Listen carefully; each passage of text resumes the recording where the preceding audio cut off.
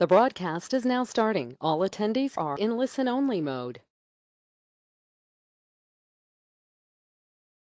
Welcome, everybody. We are delighted to have you with us here joining us for the December NSF webinar. Kind of a little sad because this is our last webinar of the year as we say goodbye to 2017. But it's been a great year, and we thank so many of you for joining us. And you join us every time. It's great to have such a terrific crowd and a loyal crowd of people that are following us. And obviously, we are hopefully, selfishly, we hope we'll get to see you live in just about 60 days. We're 2 months away from the kickoff of the 2018 National Sports Forum. As you can see from the logo on your screen, this year we are headed to Frisco, Texas, which if you have not been, you're going to be delighted at seeing just what has happened to this community, a terrific sports community. Down in the greater Dallas-Fort Worth area, for those of you who haven't been to Frisco, you'll fly into DFW or Love Field, and we'll see you out there. But that's 2 months away, and that'll be February 11th through 13th. But in advance of that, we wanted to wrap up the year with kind of a fun webinar here, and I should probably stop and introduce myself. I'm Ron Seaver. I'm the founder, the president of the National Sports Forum, which is an event that started some 23 years ago. And moves around the country each and every February. It's a great gathering spot. Over 1,000 different executives from the different professional teams and leagues, sports properties, associations, and agencies. And so along the course of the year, we love to do these webinars where we get caught up with different executives that are going in many, many different directions.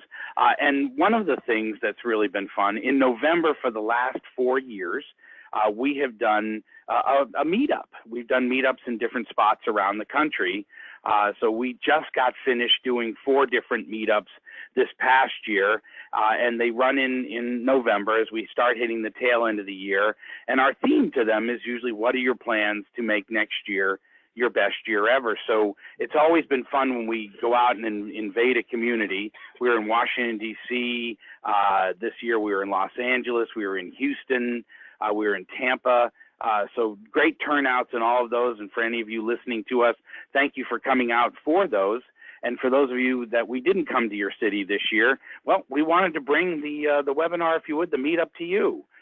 So with that, today we have 3 terrific executives. You're going to get a chance to hear from all 3 of them separately, and then we'll collectively bring the group together and just ask some questions as we kind of take a look back at our business. But our first guest is Andrew Agro, the Director of Corporate Sponsorship and Business Development for the New York Jets. Andrew will be followed by Chad Wynn, the Manager of Partnerships for the Texas Rangers, and Chris Katsianis, the Vice President of Ticket Sales and Service for one of our upcoming hosts, FC Dallas, in Frisco, Texas, will be batting cleanup here for us today.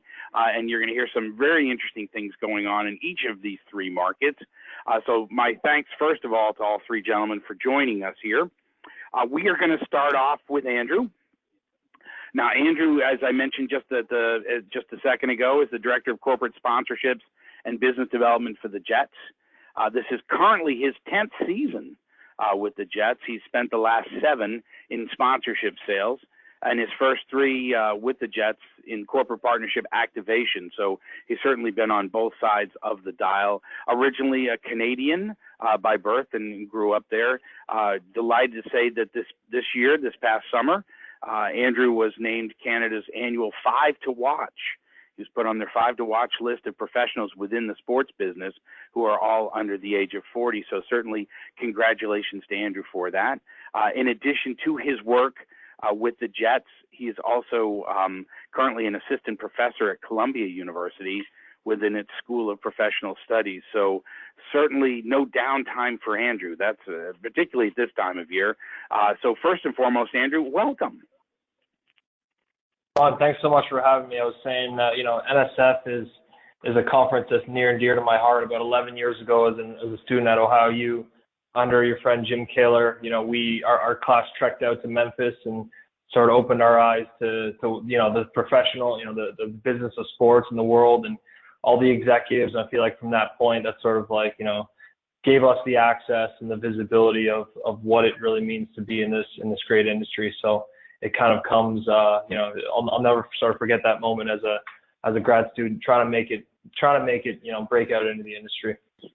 Absolutely. Well, we're delighted to have you back with us. As they say, and you're in the academic world, so you've come full circle as well, in addition to the Jets. And a question that we will ask all three of our panelists today independently, as we take a look at 2018. Probably the best thing that's the most fun way to get it started is kind of start looking forward by looking backwards and asking the question as we hit the last couple of weeks of 2017, as you look back on this last year for you personally and for the Jets professionally, what word or phrase or term comes to mind when you start looking at how the business was for you in 2017? I mean, I'd have to say positive. It's been, obviously being, probably a little bit unique to Chris and Chad with, their seasons, probably ending a few weeks ago. But for us, we're sort of just at the tail end of our year. Let's say our fiscal ends sort of the end of March. So we're not quite there yet, but we're still, almost there. It's been a great year for us. Obviously, from a partnership standpoint, we've derived some great business in some key categories like banking and credit card payment services, biometrics, which I'm sure we'll talk about later, consumer electronics, tourism, some of our IT partners. So from a sponsorship standpoint, it's been a great success. Go ahead, Ron. No, I was just going to say, so, and you just mentioned several, categories. I mean, that you just mentioned are all what I would call relatively new categories, growth categories that are coming into the market. How are you, what are your insights as you're identifying new categories to go after? Like you mentioned just a second ago, biometrics. So what's a little bit of the game strategy for the Jets and for you personally, Andrew, in how you're identifying new categories to pursue? We obviously want to work with brands that we think align with the way our organization thinks. We probably think, relatively different than a lot of traditional NFL teams. We want to be innovative and think outside the box, and we want to have a lot of brand extension. So, in the space, we love companies and partners who want to activate with us and activate through our fans.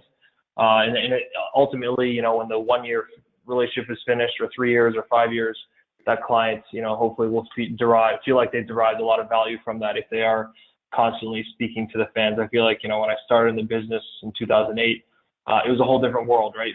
Pre-Wall Street sort of crash. And back then it was like, we'll take the giant billboard for 5 years and call us back in 5 years and we'll work on the renewal. Now it's a whole different ball game. It's all about activating and taking everything a much, step further so that clients are really getting true value out of what they're spending with you. Well, I know one that really jumped out at me, and we were in New York this summer with an event, the first time we'd ever done it, called the Summer Summit. And just being in the New York market in July, we saw that there was really a lot of buzz going on about a program that you had done, that the Jets had done with Identigo, and involving the TSA PreCheck partnership. Take us inside what that program's all. I had not seen any other organizations do something with TSA. So how did that come about, and how does the program work? Sure. So, Identigo, also known as the TSA PreCheck program, I'll give credit to my colleague, Dan Kaufman, who is, a Learfield vet and was a Tampa Bay Buccaneers. He's been with us for a couple of years now. And this was just Dan finding an opening in a really, non-traditional category.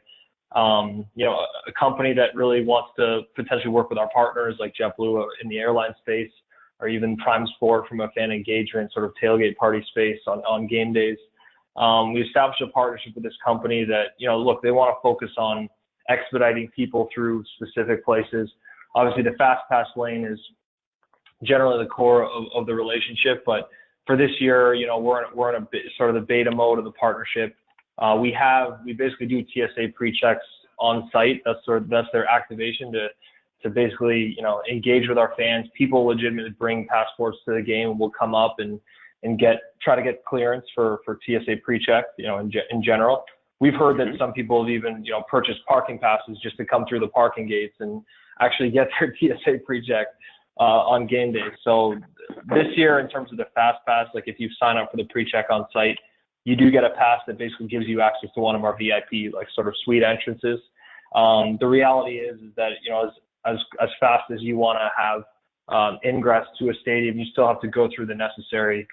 You know, we have obviously very strict security guidelines, especially here in New York. So we're still sort of sorting out how that logistically is going to flush out for next year. But in the meantime, you know, fans who sign up for this are getting various benefits like a gift card in the stadium, the ability to access that Fast Pass lane, and Jets Rewards points actually, which is our sort of rewards program we started a few years ago that, you know, I'll probably get into depth later on as well.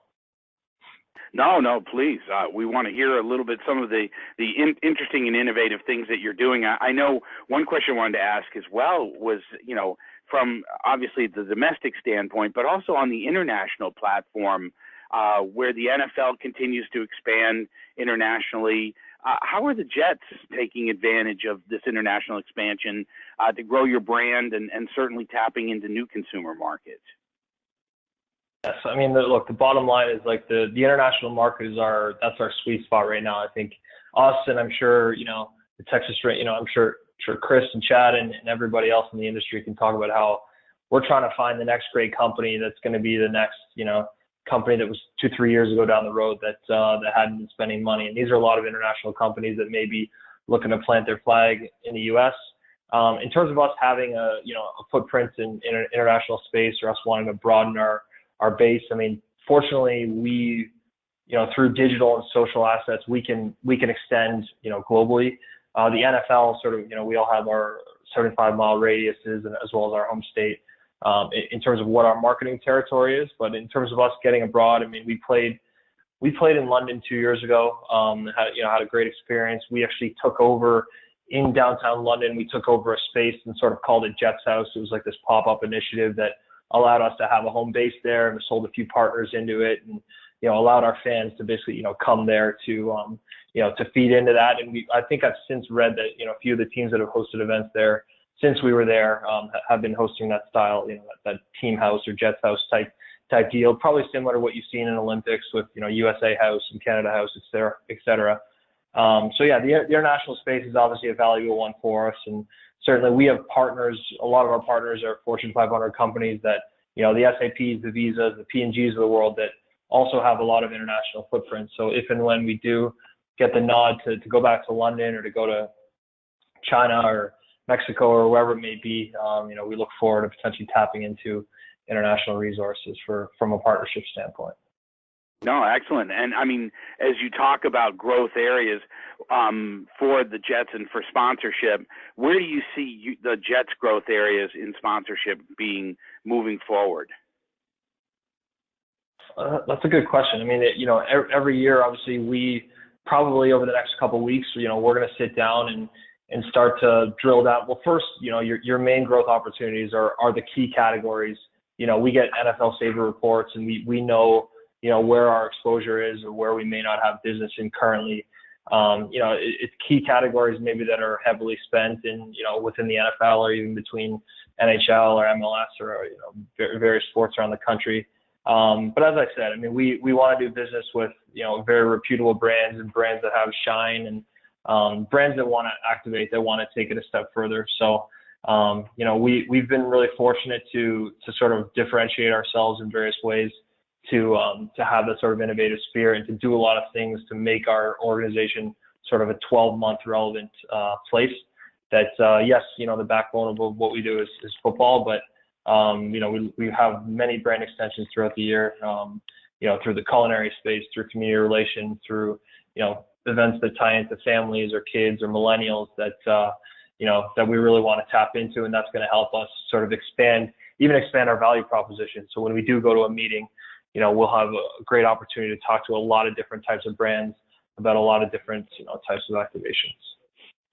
Oh, that's awesome. And again, I'm going to be jumping here in a second to Chad, and we're going to, like I mentioned, you know, kind of profile each of you independently and then bring the group together, which is a good opportunity to tell the audience that if you have any questions, please, by all means, feel free. There's a little box on your screen where you can type them in. We don't have the advantage like we do when we do a meetup out in the market where folks can just raise their hand and ask the question. So we do this here electronically for anybody out there that has questions for any of our panelists, specifically or collectively.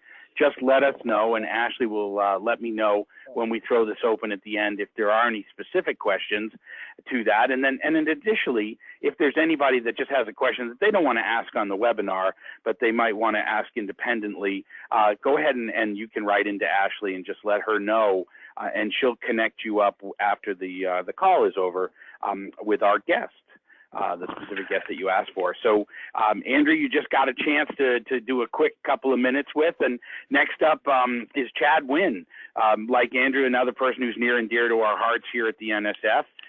He is a 5-year member. I think he got his watch this past year at the National Sports Forum, and certainly officially he's the manager of partnerships for the Texas Rangers.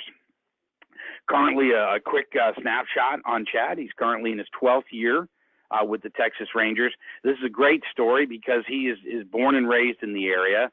Grew up in Sunnyvale, Texas, which is about 45 minutes east of Globe Life Stadium. So he was born a Texas Rangers fan and got to work for his favorite organization. So that's really kind of a neat story to hear about. And he always wanted to work in the front office, and certainly now he's doing it. So he started with the ticket sales department. Like a lot of folks, got started in inside sales. And then moved from there into 3 years as a senior account executive with ticket sales, and then now 8 years managing partnerships. We're certainly very fond of the Rangers and the job that they do, which we have a couple of competitions that many of you are familiar with. One is an advertising competition called the Achievement Awards, and the other one is the marketing competition called the Sammy Awards for the best idea of the year. And Chad and the Rangers won it 2 straight years. So when they're not entering it and out there to win it, we try to tap into Chad to be a judge, to judge our competitions there. So certainly he's somebody, and this organization is a great group that's always got something going on. So Chad, as we start you off, looking forward to 2018, much like I asked Andrew a second ago, let's take a look back on 2017 and kind of give me a phrase or a term or, a short paragraph that sums up what 2017 meant to the Jets, you can tell me about the Jets. You can tell me about the Texas Rangers and what it meant to you personally. So Chad, welcome. Yeah, thanks, Ron, and appreciate the hype as always. Thanks everybody for being on the call, and look forward to seeing a bunch of you in Frisco in a couple of months. Yeah, I mean, for us, I think that, and we'll talk a little bit about what 2018 and beyond holds for the Rangers. 2017 was, probably the last kind of normal baseball season for us. I mean, on the field, we didn't achieve ultimately what we wanted to. Our neighbors from the South actually did that for us, but we had a decent season, and we kind of stayed in it till the end. We had a good year on the partnership side, developed some new categories, had a strong renewal year, and really looked forward to kind of closing out Globe Life Park. We have 2 seasons remaining in this ballpark, and we've got a bunch of big projects going on, which we'll touch on here in a second. So 2017 for us was really kind of, as we look forward, kind of the last, again, normal baseball season for us, and spent a lot of time really thinking about what's ahead, and a lot of planning and a lot of strategy work that our team has started to put into place. So, as you start to wrap up, obviously, let's talk a second about, well, I know the new stadium won't be open next year, but tell us about the progress of the new area and what you and the Rangers are now building, currently constructing there. Yeah, so last November, we were fortunate enough, the citizens of Arlington voted to approve a master plan to build a new ballpark. And so we actually started excavation on that project this summer. But shortly before that, we had partnered up with the Cordish companies out of Baltimore. So some of you in the St. Louis market or the Philly market or KC, whether it's Power and Light District, Ballpark Village, you've seen what Cordish comes in and does around these sporting venues, and that's create a mixed-use development. So that's dining, entertainment, retail. So that's one thing that our facility is missing. Unlike our neighbors to the north and Chris and Frisco, they've got a lot of built-in entertainment opportunities around their stadium. We did not. You would come to a Rangers game and really before and after there wasn't much to do. And so we wanted to change that, change the consumer behavior, and really create a better experience for our fans, right? One of the luxuries that we have is AT&T Stadium is just to our west, about 2 parking lots. So we've got these 2 world-class venues that we're sitting right in the middle of a great sports town with really not a lot to do unless you were just at the game. And we know how fans want to consume other sporting events, whether it's through watching parties or celebrate festivals around these bigger venues. So that's what we're doing. So actually, we started construction on that project a few months back, and that is scheduled to open phase 1 of that project in, let's call it August, September of next year, ready for college football season. So you'll start to see there's a lot of steel out of the ground now. It's very dusty around here, but it's very exciting. So as we look forward to what's ahead, that's why I mentioned 2017 kind of being the last normal season. Everything now forward for the next 3, 5, 10 years will be the busiest and most exciting time in our franchise's history from a business standpoint. Our sponsorship team is the sales arm for Texas Live, and then also obviously for the new ballpark as well. Just a couple of months ago, we announced the extension of our naming rights partnership with Globe Life. We've had a wonderful relationship with them since 2014, and now for almost into perpetuity, we'll be partnered up with them, and they'll be the naming rights partner of our new facility as well. So new ballpark is 2020.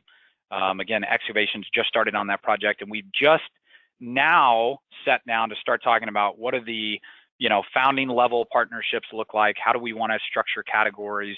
What do we need to be doing to think about how we position ourselves in the best way, to put our business in a great spot headed into that new ballpark? So I wanted to ask, Chad, because you mentioned it, Texas Live is what the community around the new park will be called? That's correct. Yeah. So Live is a name that the Cordish companies have patented. So even LA Live, who they don't operate, but they lease the name to them. There's Xfinity Live in Philadelphia. There's Power and Light District, which doesn't use the Live name, but still has some of the same facilities, same amenities. So yeah, Texas Live will be the mixed use development in between our new ballpark and AT&T Stadium. Well, and as you start to, move from one to the other, does that make a difference in, like you mentioned, founding partners, of course, but with your other sponsors, is it just going to be a seamless transition, or does everything end with the old ballpark and you start new programs with the new facility? It'll be the latter. So really what we're doing right now is setting ourselves up for any partnerships that don't already extend through 2019. That's what we're in the process of doing. That's kind of our laser focus right now as we get ready for next baseball season. And kind of focus 1A of that is putting together partnerships around Texas Live. And so this is where it gets a little tricky. In a good way and in a fun way, but it does get tricky because Texas Live opens up, year and a half or so before the new ballpark. We've got partners that want to be involved in both, but one is, a Major League Baseball, partnership specifically with the club. One is part of a joint venture between us and the Cordish companies. So in theory, one partner could own both. They could be, the exclusive Rangers partner for Live and the new ballpark, or it could be one brand at one and one at another. And so that's where we've just got to make sure that we're, obviously with our incumbent partners, they're going to get the first right of refusal to discuss these partnerships. We've had a lot sign up already, so that's been a fun transition, but it is something that we have to be very mindful of. And we also have to think 3-5 years down the road and make sure, again, that we're positioning ourselves in a good manner for, talking to folks about the opportunities at the new facility, at the new ballpark.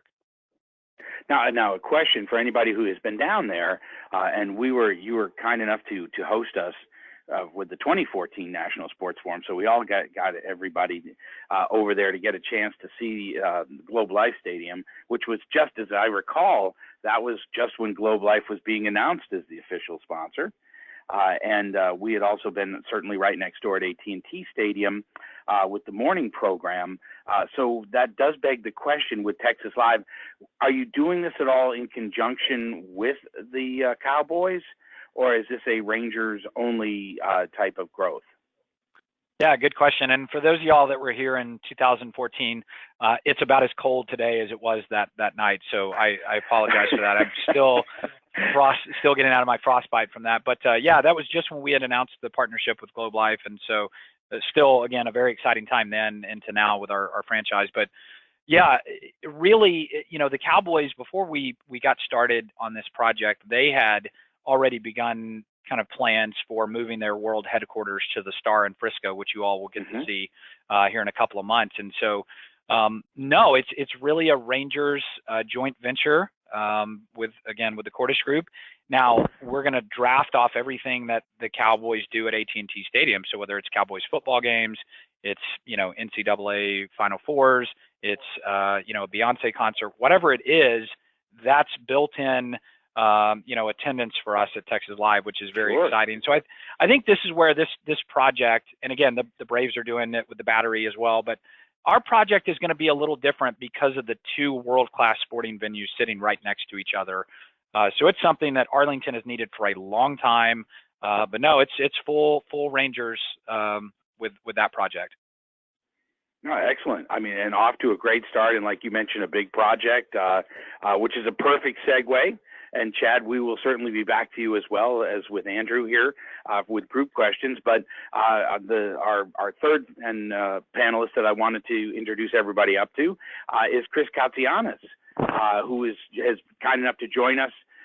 Chris is the Vice President of Ticket Sales and Service for FC Dallas, and you talk about some big projects. He's currently obviously also overseeing a very large project there that we're going to talk to in just about in a second here. But first, I wanted to just introduce you, give you a little bit background on Chris. Chris has been with the organization, with FC Dallas, since 2009. His responsibilities with the club is to oversee all the ticket sales, service and retention, ticket operations, marketing, and the PR for the club. So we're delighted to have him with us. He also manages tickets for Toyota Stadium, not just for FC Dallas events, but all the outside events like the upcoming, he's got an upcoming Frisco Bowl, the DXL Frisco Bowl, which I'm going to ask him about in just a second here, that's coming up. And previously, a little bit of background, Chris was the Director of Sales and Service for Real Salt Lake from 2004 to 2009, just when that first franchise was really getting going in Salt Lake City. So he brings a lot of background of opening new facilities and doing new things with Real Salt Lake. He brought with him to FC Dallas, which is in Frisco. So first, I want to welcome Chris, and certainly I know you've got your hands full. Wednesday, December 20th. Is the launch of the inaugural DXL Frisco Bowl. So welcome, Chris, and give us a couple of words on what we can see next week. Well, thank you. It's a pleasure and privilege to be associated with the group here today. Thank you for the opportunity. Yeah, we're literally 2 weeks away from yesterday. We'll be hosting the inaugural ESPN DXL Frisco Bowl here at our stadium. ESPN we've been in contact with them and talks with them for a number of months, probably a couple years now, in terms of potentially bringing one of their 13 ESPN Bowl games here to our venue.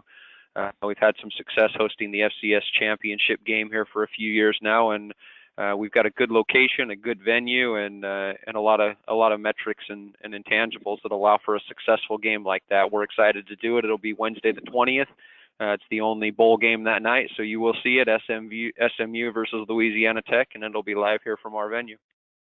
I was going to say, you picked SMU, a really a very popular team in the market to help launch this with. So, and Chad has promised that he's going to dial up the thermostat, so we won't see those 18-degree temperatures. But I know when we were down there doing a final walkthrough last month, we could already see them starting to put some of the logistics together on the field for the upcoming bowl game. So this has got to be very, very exciting. It's been terrific just watching, even just from 4 years ago, what was going on in the Frisco community around Toyota Stadium, and now seeing it. I think for our attendees joining us for the upcoming forum, they're going to be really impressed by seeing just the growth and development around the complex there. So if you would, Chris, tell us a little bit about the evolution, if you would. I mean, we talk about Texas Live, and I think that's a great comment by Chad. Obviously, if you went to the stadium, there really isn't anything. There wasn't anything around there. Such is not the case, obviously. You've got a lot of facilities and restaurants around Toyota Stadium. So take us inside a little bit of the complex and what we can see in the community there. This Frisco community is extremely unique. I hear it over and over, and once you're in the weeds of it, sometimes you take it for granted. But the reason this market thrives, or this community thrives, is because they've got great joint ventures with the local Frisco School District, the Frisco City. Our owners are the Hunt family, who also own the Kansas City Chiefs and are minority owners with the Chicago Bulls. You've got the Cowboys, who are now here. The Dallas Stars offices are here. The AA baseball team for the Rangers is located here in this little town, and this is a community of about 150,000 people. So a very small market, but very big ideas. A lot of people who are getting behind big ideas and drawing businesses in that then support the school district, which attracts more. And all of the public funding and money is built around driving entertainment and sports and a quality of life for the residents and the citizens here. And it just becomes this kind of revolving door and pattern that feeds off of each other, and the momentum is unbelievable. It'll be something. It's something special for people to check out when they're here, and they'll hear more about it and learn more about it. And we're fortunate and blessed to be a part of it. Oh, no, we're delighted. Actually, with our sponsor, Daktronics, as our sponsor for the event, we're going to be doing the Sunday welcome reception and take everybody over to Toyota Stadium to see FC Dallas up close, something we did not get to do if you were with us 4 years ago at the forum that the Rangers were the host of. And so we're really looking forward to this. And Chris, as I asked our other two esteemed panelists here, I want to ask you about 2018 by kind of taking a look back on 2017 and what this past year was like for you personally, but certainly professionally, and for FC Dallas, the organization. Tell us about your 2017. Yeah, I think the first time you asked the question, you asked it what one word or what comes to mind, or what's the initial as soon as you said that, if you'd asked me right out of the gate, the word that came to mind was preparation.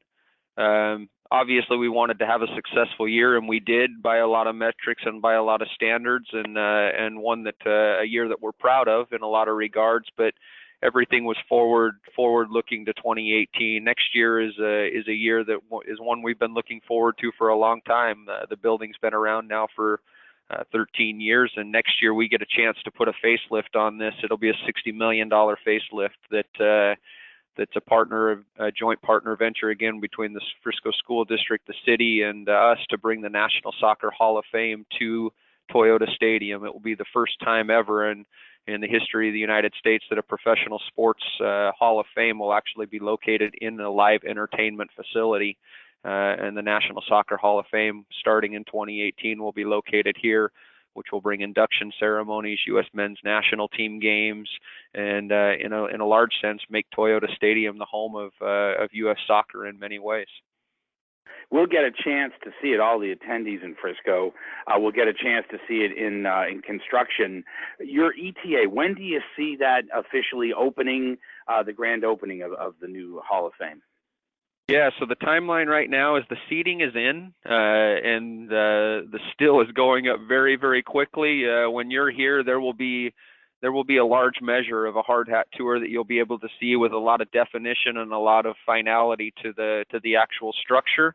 As the spring carries on, we'll actually see a target of kind of midsummer for the locker rooms, the new team store, the club spaces, and the seating to be open for the fans in midsummer, and then come the fall, we'll actually open the Hall of Fame Experience Center itself, and the actual fan experience that will be specific to the National Soccer Hall of Fame. Now, ticketing-wise, any packages? And do you see this opening up new arenas or avenues for you and for the organization as far as ticket sales and sponsorship opportunities? How's that? Are you seeing that so far, or is that still something on the horizon?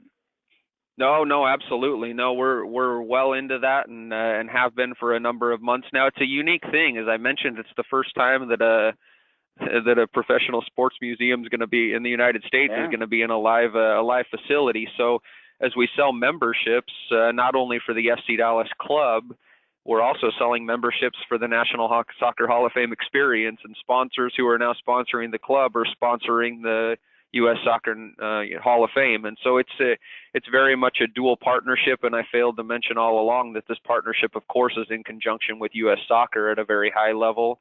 and U.S. Soccer selected this. This wasn't a decision that we were even able to make. That was an offering that U.S. Soccer made to us after our approach to them and bringing it here, and it just hasn't happened before. So all that synergy and all that that connectivity between the club and between the National Soccer Hall of Fame entity has bolstered and boosted our success. We'll host games here now that we've never been able to host. We'll host Hall of Fame induction ceremonies, as I mentioned, and have Hall of Fame induction weekends. You hear of Canton, the weekend where the National Football Hall of Fame kicks off, and they play the Hall of Fame game and do all the. We'll actually do that, but we'll do it here live in our building and have all the surrounding events and induction ceremonies and games built around us and built around our brand and FC Dallas, and just an unbelievable opportunity for us as a club and a brand, as well as for the city of Frisco to be able to have that here in our backyard. Well, I mean, Chris, you've answered it to my next question, obviously, to an extent, and that is, I wanted to ask all three of our panelists where they see one of the biggest growth areas coming in their business. Excuse me. Obviously, the National Soccer Hall of Fame is a huge growth area for you, but I'm going to come back to you and ask you about a couple of other things in a second. But I wanted to tee it up with Andrew, bring him in on this question from the Jets perspective. As you're taking a look at just the different things that are happening out there, Andrew, what's a big growth area that y'all are taking a look at? You're very passionate about as we start heading into 2018.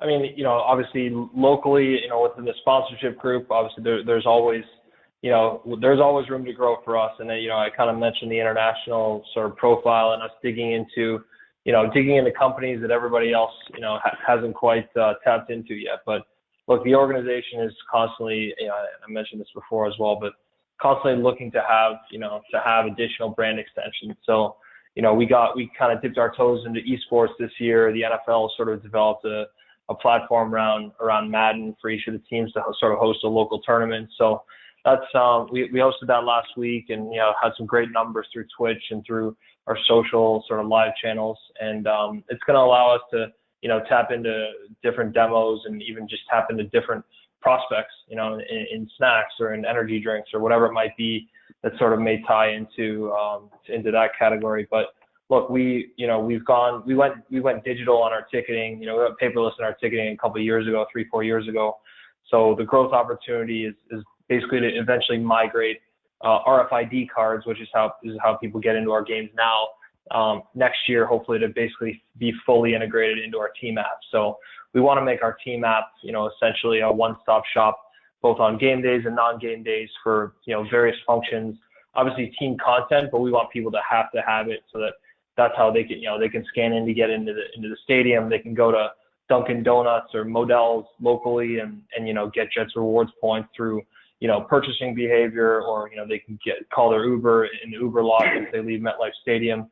There's a lot of different ways, obviously through our technology space and app and mobile that we're looking to streamline even further. So that's sort of probably a couple of the main growth opportunities that we see. So I wanted to, because we're going to talk about esports in just a second, which is a great topic. But on the fans reward program that the Jets have, I know you guys, you started talking about technology and how it's giving you the ability to identify the levels of engagement, new kinds of engagement, opening up new avenues, getting your sponsors involved. Take us inside a little bit on the Jets rewards program.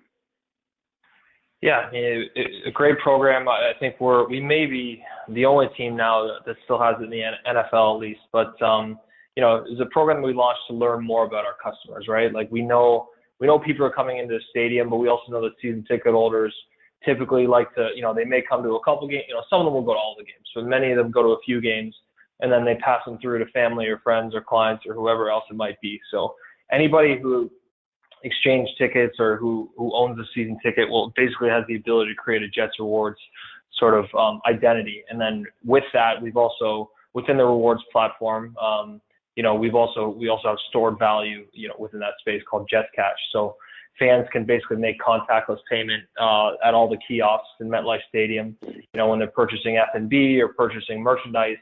and obviously we involve partners like Visa or M&T Bank to integrate usage programs and to incent folks to to be on auto reload or whatever it might be. And then on the reward side, we obviously want to incent behavior. So whether it's people listening to radio broadcasts, watching our shows, digesting our social or digital, coming to an event, at Jets House in London in the middle of Trafalgar Square, or if Tom Brady has to call a timeout, because the fans are too loud in the stadium, we give a fan assist for 100 points or whatever it might be. So every year fans can accumulate points that basically expire at the end of the season, which is usually July.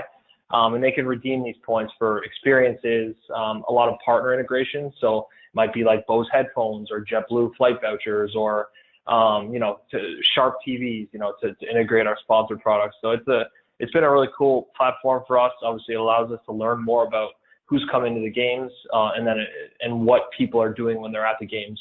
That way we can target them specifically as it relates to whether they'd like to purchase, Pepsis or Gatorades or popcorn or, authentic jerseys.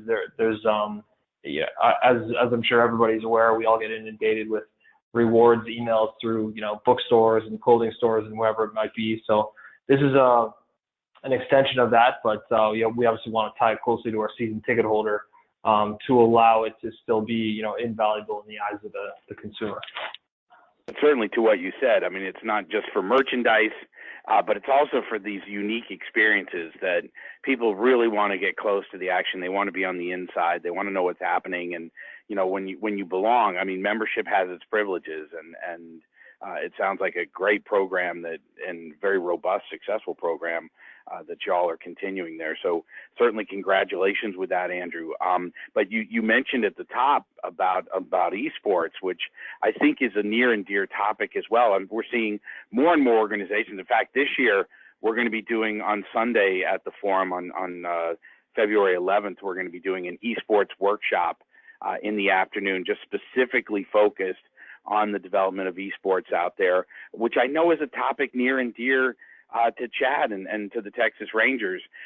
Just a second ago, Andrew talked about a program that they just did last week around Madden football. Chad, take us inside the ropes, if you would, on what the Rangers are doing in esports. Yeah, it's pretty exciting. I think, when you're asking Andrew about, kind of what's ahead for them, I mean, we always talk about emerging categories and ways to create more innovative partnerships, and all that is definitely on our radar for next season. But along with Texas Live and the new ballpark, our ownership group just bought into an esports franchise. We bought Team Optic, which is a known brand in the esports world. And when I was in college, I mean, we rocked, Madden and NCAA football, and that was the extent of our esports knowledge, right? But we're jumping into the Overwatch League and the League of Legends, which are kind of, first person games and kind of more fantasy driven titles. And so we're just now diving into with the team on what type of assets do we have to monetize. So really the first thing that we're focusing on is sponsorships on the apparel. So jersey, hat sponsorship, those are going to be kind of the first and foremost that we look to monetize. And it just reaches a different demographic. Obviously with baseball, we're always trying to find ways, and it's part of Commissioner Manfred's initiative to get younger, right? With esports, you don't have to try. I mean, it's a younger demo. And so we're finding categories that make a lot of sense to reach, younger millennials and even the generation before that. So, it's exciting. It's confusing. It's nerve-wracking kind of all at the same time to figure out how are we going to add this into some of the things that we're already needing to focus on to make sure that we're, doing what our ownership group is asking of us. So yeah, it's gonna be fun. And if anybody's an expert in Overwatch or League of Legends, please call me. By all means. And I chuckle, but to be honest with you, I know that the folks at League of Legends I pay a little bit more attention to it because my oldest son writes music for Riot Games, which owns League of Legends. And he was just coming back from Beijing, where they had their world championships in a facility at the Bird's Nest, 70,000 people right watching it live, but then online, over 45 million people streaming it while it's going on worldwide. So esports is one of these things that you just certainly, cannot ignore. And I know I speak for all of our execs on the line here. It's one of the reasons, and you mentioned Optic Gaming. They're coming aboard as the sponsor of our workshop. They're headquartered. They just moved their headquarters to That's Frisco. right. I mean, we talk about Frisco. We're really excited to learn because they're one of the groups that is involved, as we were just talking about with Chad, in all of the different sports. Overwatch, they're very big into that. We're starting to look at, obviously, how are our games going to become involved in things of this nature. But we just thought Frisco is becoming this magnet, if you would, and you'll hear more and more of it, for esports, just a terrific gathering spot for it. So we're looking forward to it. We've got delighted to have Zach Leonsis coming out and doing a session on Monday at the forum, just literally from the team's perspective. Monumental Sports, those of you who are familiar with what they're doing, they were really one of the first big groups to jump, with both feet into the whole esports world and what they're doing. So Zach is coming down to kind of take us inside the ropes as to what they're doing at the Monumental side. And then obviously, Chris, I know when we were out with the meetup in Washington, D.C., we had a representative from D.C. United with us, and we were talking about none of the real stick and ball sports, the esports games, are more popular. As popular as Madden is and the show and NBA 2K, FIFA is obviously the number one game that's played worldwide in the world of esports, if you would, which does beg the question, does FC Dallas do anything around and taking advantage? Are you looking at esports? Take us behind the scenes as to what you're doing maybe in that world. Yeah, actually, it's a hot topic, I think, across all platforms, as you've discussed, and it's no different here in the soccer space, especially with the component we have of FIFA being the most popular sports game worldwide. So we actually have at the league level through Major League Soccer a partnership now with an esports group that's doing a deep dive analytics in terms of identifying and segmenting the demographics of the esports markets within each of our own cities and within each of our own team markets, to be able to help us understand who it is that's playing and passing that along. And I believe that they're a couple months into that study, and at the team level, we're anxious to be able to hear back and partner with those esports platforms to be able to go deeper onto that. The league has actually taken on that initiative for us at that higher level, and then we'll come in at the team level on a little bit later strategy to be more custom and individual to each of our markets. But it's something we're all paying very, very close attention to, and we do some things here in the local market, but that'll be a major initiative and a major success story. I know we'll be hearing more of that. As I mentioned, I want to say when we were down to see you last month, literally a stone's throw away from you is the Optic Gaming headquarters, which they're still building out. So it's literally right in your backyard. So very excited to hear more about this. I think along with the world of esports, one of the new avenues that more and more of us at the team side are taking a look at is what I would call non-traditional revenue. In addition, Chad talked about it with what they're building with Texas Live. That's all non-traditional revenue. As an old timer in the business here, been involved for many, many years. Back in my Padre days, we were a baseball team. We played baseball, and the game was over. You went home and hope like hell that we won.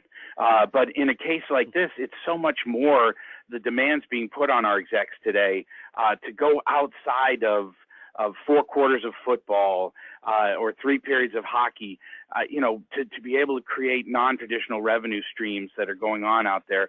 That, as well as a new topic for us at the forum, a new workshop on non-traditional revenue that PSAV is the sponsor of. We'll be doing that, just focused specifically on what organizations are doing to create outside of the game, if you would, using their facilities, in cases where they get to control their facilities, and creating outside events. I mean, Andrew just talked about this, whereas last week they just created an event, a Jets branded event around esports. So Andrew, let me start with you by asking this question about non-traditional revenue and how you're growing that area. Is that a growing focus for the Jets moving forward? Yeah, for sure. And look, I'll just jump. I think Chad said it best earlier. You know, when he said that it's confusing and they're learning, I think all of us are trying to, you know, especially as it relates to non-traditional in the esports sense, like we're all trying to wrap our heads around it and we're all trying to digest first before we act, right? So we dipped our toes into it, you know, as it relates to Madden, and you know, a few of the other NFL clubs did as well, but. Yeah, I guess beyond that, in terms of like non-traditional revenue, that's the only way that we can grow, right? Like generally, like our stadium has, you know, a finite number of, you know, of signage minutes or a finite number of permanent, you know, stadium partners that we share with the New York Giants, since we share our stadium 50-50 with them. So look, there's those clubs, there's cornerstones, you know, there's naming rights, but beyond that, you know, then it's the rest of the year. Like, how do the Jets stay relevant in, you know, in March or in July or in, you know, June, in some of these months where you may get a little bit of a downtime. So it's non-traditional spaces like, you know, we have a partnership with the Institute of Culinary Education in New York City that basically does like Jets branded cooking classes from September to January. In every January, in between championship weekend and Super Bowl weekend, we actually host a Jets House initiative in New York. So we pop up, we take over Spin, which some of you may be aware of through the Top Spin event. We take over sort of like that bar, you know, restaurant area that allows us to, you know, put our flag down and host fans and host current players and alumni players and stay relevant sort of in that, you know, as the season's just about to, you know, to end through the Super Bowl. So yeah, you know, there's always a lot going on, you know, here in terms of non-traditional. I mean, that's, you know, it's been mentioned a couple times here, but that in terms of how do we expand our category base and from a partnership standpoint, well, we have to try to create, you know, new initiatives. So, you know, we do host a 5K event in the fall. We host, you know, our annual sort of Taste of the New York Jets event, which happens in the springtime. And look, every year we have camp and we have draft, and then we have the season from August to, you know, to January. But, you know, the challenge is trying to find, you know, what else can you add to the calendar to keep it relevant for the people that you know, that we're trying to do to come up with additional ways to bring in more revenue for the organization. I mean, it's a true statement, because I mean, the days of being able to just increase our ticket prices, you know, or sponsorship fees or things of that nature, our merchandise, those days are over. We start to hit a definite finite season, but that doesn't change, you know, the owner or the boss coming down saying, you know, hey, Chad, I need another, you know, $200 million, Andrew, you know, like you're printing it downstairs in the basement. So things like esports and, you know, like the taste of, I love what you're doing with the culinary. That's becoming, we're seeing more of those crop up. So we really wanted to capitalize on it, because I know one of the questions people are asking is like, well, what else is out there? So we thought it'd be fun to bring NTR people together. You're starting to see more organizations like the Red Sox literally just have a, you know, 12-person plus department that only focus on executing what they call non-traditional revenue events. So outside of Red Sox games, there's another, they literally have grown. 5 years ago, they put on 125 events that weren't Red Sox baseball. So that included concerts and things that we're certainly familiar with.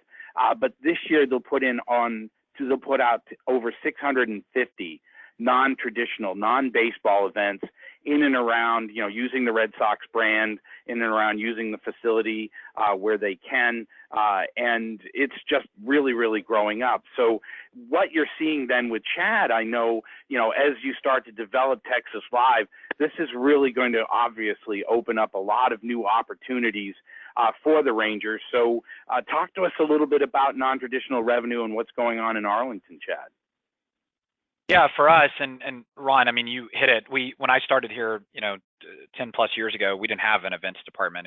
We played baseball games, and that was about the extent of it, right? And then over the years, we've gravitated into, you know, our grounds crew has become a little more lax on being able to go on the field and host fantasy batting practices or fantasy baseball camps, or hosting a wedding reception in one of our clubs, right? And taking advantage of a catering opportunity when the team's out of town. So all of these things that are helping drive more revenue, because that's what I mean, look, all three of us on this call and most probably listening today are tasked in some form or fashion with driving revenue for their club and for their ownership. And it's about getting creative. And so for us, some of the things that we're looking at as we go to ask for more money every year from our sponsors and moving into the new ballpark is how do we create new events potentially? So tying into that group that we have that's really smart and can create these festivals or non-game day events, how do we bring our partners into that? Well, one example, we have a financial advisor partner of ours who's really fun to work with, and they love to get creative, and they spend a significant amount of money with us and said, hey, part of what we want is traditional signage, home plate signage, outfield wall, whatever that is, right? But we also want to create these events where you tie in your customers, suite holders, sponsors, season ticket holders, that could eventually be our customers and build out these events. So 2 examples that we did this summer was one, we hosted a Big Green Egg Cooking 101 event. So if you don't know what an egg is, it's a really cool ceramic style Komodo cooker, kind of a high-end grill. So we had a barbecue pit master on top of the dugout, all the guests on the field with heavy hors d'oeuvres, really cool signature cocktails, did a whole how do you cook a brisket class. Everybody signed up obviously with their email to RSVP. We gave away some amazing gifts. So that was one example. The second example actually just happened a few weeks ago. We tied in one of our wine partners and had an event offsite. So it actually wasn't even at the ballpark. It was in Dallas at a really cool spot. They flew a sommelier in who was actually on the documentary Somm. So a lot of people who were, watching Netflix and seen that documentary knew who he was. He came in and did this whole brand portfolio tasting around one of their wines. And again, same financial partner tying into some of our customers that they didn't have any connection with. And then, like you said, Ron, going back to Texas Live, I mean, we're going to host concerts there and big company takeovers. So in terms of what we can offer, it's a lot, and it's stressful at times, and it's trying to figure out how does it all work together. But we're going to have something for everybody, right? As we talk to potential brands and partners that are, very non-traditional, maybe for just baseball. No, I absolutely love it. Great ideas. And I had heard about the egg event, and I thought it was just absolutely terrific.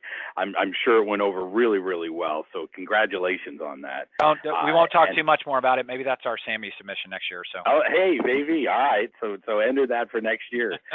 But on Chris's case, I did tell you obviously about the work that he does with FC Dallas, but what I didn't tell you is certainly as you get into non-traditional revenue are all the activities that they engage, FC Dallas does and Chris oversees, with other things, with events going on. FC also takes on ticket sales and ticket operations. As you mentioned earlier, for the Texas high school football, including games played at the Star, which is the Dallas Cowboys training facility that we're going to take everybody behind the scenes with in February. Certainly the events at the Cotton Bowl, the Red Rivalry game that they have there between UT and Oklahoma University, UT, of course, being University of Texas. So, again, talking about going outside of the box, if you would, and the games that they have in the season. Obviously, Chris is very well versed in the organization and going after non-traditional revenue. So bring us up to speed, Chris, on your NTR efforts. Yeah, it's just what you described, and we host concerts here. We have soccer tournaments that we're hosting. I mean, no different than what was just described by the other two gentlemen, that we're looking for other revenue streams. We got into high school football ticketing. We've got into ticketing and ticket operations for venues around the Metroplex who may need assistance in that regard and management of those aspects. One of the things I think on the ticketing side that you're seeing more and more from a non-traditional revenue stance is that secondary ticket markets like StubHub and SeatGeek and Vivid are now trying to function like primary ticketing solutions like Ticketmaster and Paciolan or Veritix, and they're bringing sponsorship dollars to the table, which is non-traditional revenue. That was never happening a few years ago. Non-traditional revenue on the ticketing side is really seen as secondary ticketing solutions now. So money that can be made on the secondary side by the team that was never even thought to be made by the team, a number of years ago. It was just the primary market, and then if somebody was making it on the secondary side, then they got it on the secondary side. Well, now we're trying to bring as much of that back into the into the mix on our side and can maintain as much on the primary and secondary side as possible. And then on the customizable events and experiences, we host a number of events here at the stadium, similar to the Egg and similar to other things that are there. The overriding thought I guess I have on all of these solutions is that sports used to be a general approach to the fan of this is what we've got, and fans just kind of consumed it. Well, our world's moving so fast now that there's so many events, so many sports events, so many entertainment options that we really have to become customizable. We have to be something that people want to be a part of, and as we become customizable, as we become entertainment specific to them and knowledgeable to the fan and the consumer and provide, we're better off doing 20 events for 1,000 people that's very custom than we are maybe doing one event for 20,000 people, just because you can maximize the revenue by taking advantage of the full opportunity. You bring a fan into an event that they truly are engaged and it's shareable on social and it's customizable to their experience, they may spend twice as much. And so it's about creating events where fans will maximize their event experience and their event expenditure, rather than just creating a general event where they may attend but not do much more or invest much more in. No, I think that's awesome, and we can go on and talk more about this topic, but unfortunately, I see we've come to very quickly we've come to the top of the hour, and I hate to wrap this up, but we have to let you get on with your days. I want to end with one question to all three of us, and I'll stay with you, Chris, as I've got your pipes warmed up here, and that is, as we mentioned at the top of the hour, 2018. Our plans to make next year our best year ever. How would you sum that up next year for FC Dallas? How is 2018 going to be your best year ever? Just learn more about our fans, speak better to our fan, know who they are better, offer better solutions and opportunities for them specifically, and then and deliver a more custom experience that they're then willing to share with others because it's one they're proud of. And I think we've set ourselves up to be able to do that. Excellent, and certainly very good, great success, obviously, with the opening of the Hall of Fame. We're looking forward to being down there with you in a couple of months and giving everybody an opportunity to see behind the scenes at FC Dallas, a great facility and a great organization. So we thank you. We certainly thank Daktronics, and we're looking forward to being down there in Frisco and in the community, staying in Texas. Chad, let me ask you the question as well. 2018, I know, as you said, you're hitting a transition, heading into new development. Next year, best year ever, thoughts, advice, insights.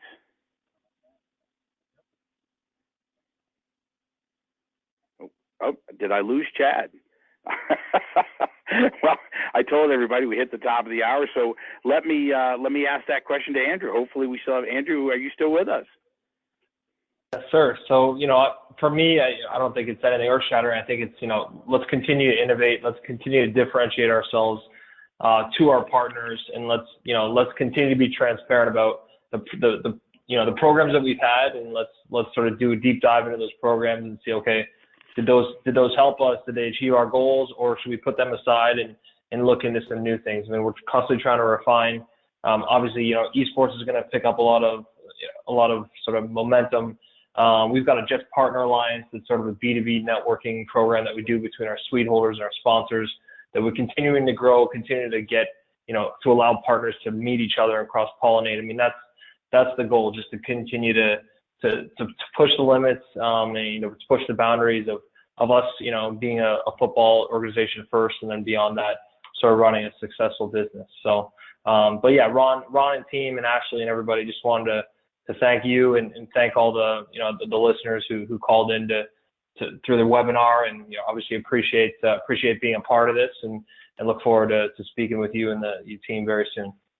Absolutely, Andrew, and thank you. And to your point, obviously the challenge continues to be on us to come up with new, better ways to do business, integrate our sponsors, our advertisers, and certainly keep our fans not only entertained but engaged and on a 12-month basis. So with that said, I just want to thank all three of our panelists.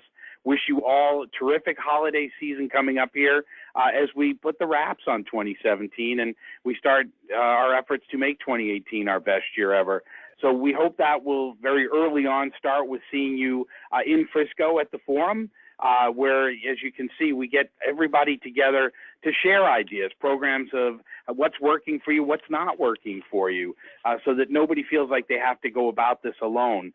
So we hope we'll get to see you. We're expecting a crowd of more than 1,000 people in Frisco coming up here. So we will see you then. For more information on the webinars or certainly on the forum, please do stop by our website at sports-forum.com.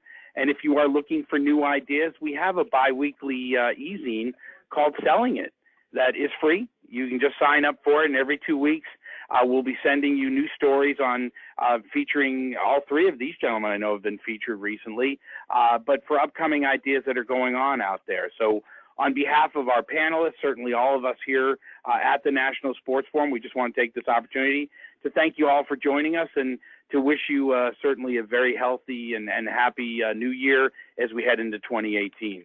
Take care now. Bye-bye.